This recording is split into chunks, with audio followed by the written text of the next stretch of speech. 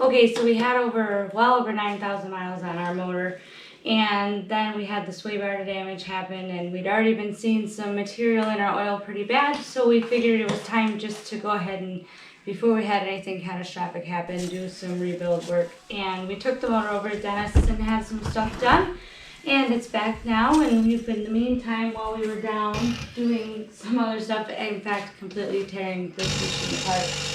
We've been working on the wheel bearings and replacing the bushings and a whole bunch of other things too.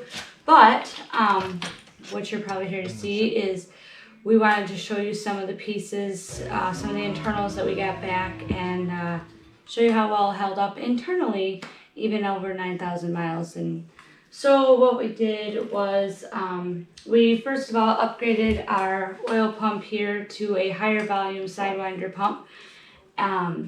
Then we also changed out our cams. That was because we had some irregular wear. There was a lot of triangular pointy shape to them. We're not really sure why that wore that way, but wasn't good, so time to replace that. We did upgrade to new pistons and rods, but these ones, even with all the miles on them, were still pretty much perfect. Basically nothing wrong with bearings or the rods themselves, so that was good. We've upgraded the valve springs as well in there. And then the timing chain guides on there did need to be replaced, as you can see. And then we also upgraded the PTO output shaft. So Dan says we hit a milestone and we officially have it all the way apart. And now it's time to start putting things back on. But it's also the furthest we've ever had it apart. Crazy.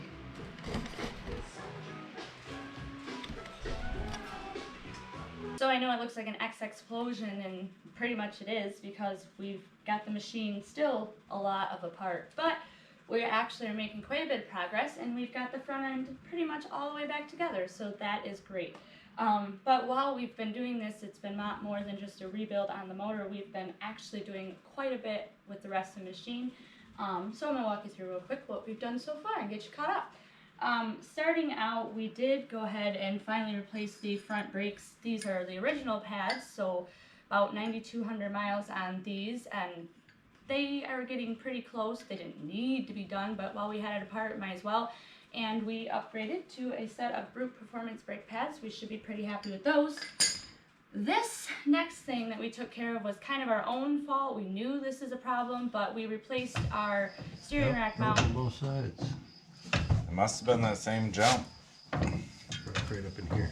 But anyway, tabs shear off like this, so take a little bit of advice, upgrade that. You'll be happy that you did. We also could tell from towards the end of things that the bushings and things were starting to wear out, but again, all original, so 9,200 miles on those. All of those A-arm bushings in the front now have been replaced, and we use the Super ATV bushing kit for those and upgraded. We got our wheel bearings replaced finally too, which were original. We did grease them all the time, keep them nice and greased, which helps with the longevity there. Always do that, but it was time. We figured with it being this far apart, we might as well make it pretty much brand new as we can. We don't have anything done with the shocks yet. We still need to get the ride height set and make all those adjustments. We still have to get the sway bar in there put in. We haven't taken care of that, but you might notice the hole right here. Our radiator is being relocated, so I will have a cooler spot. Just kidding. But anyway, after this incident with the sway bar poking a hole in the coolant line, and we've had a lot of problems with that kind of already if you've been following, we decided to just move it all the way to the back. We're doing racing anyway, so good place for it, and it's eventually going to become a requirement. So we got all those lines plumbed, or ripped out all the coolant lines and set aside, and that is actually going to be one of the next more complicated things, is figuring out how to plumb the radiator and all of that in the back. So it feels like we're getting pretty good at it, but one more time, we did remove and replace the front diff on this. We had a replacement one that we put together to put in, but this time we did make some different changes before we put it back in to hopefully prevent this from being a thing for us now. We did go and remove the front diff locker out of it. We've seen that was being done. We're not really using it. Let's remove it. And there's some other things that we did. We thought we figured out what has been causing our problems. So while we were in there, we made some adjustments to see if that fixes it for us. You can check that out in one of our other videos that we did specifically on that. You can get more details there. So that's what we've been doing so far. Been pretty busy. Can't wait to show you what's more, but the only things left to tell you about, I'm not allowed to tell you about yet. So keep watching.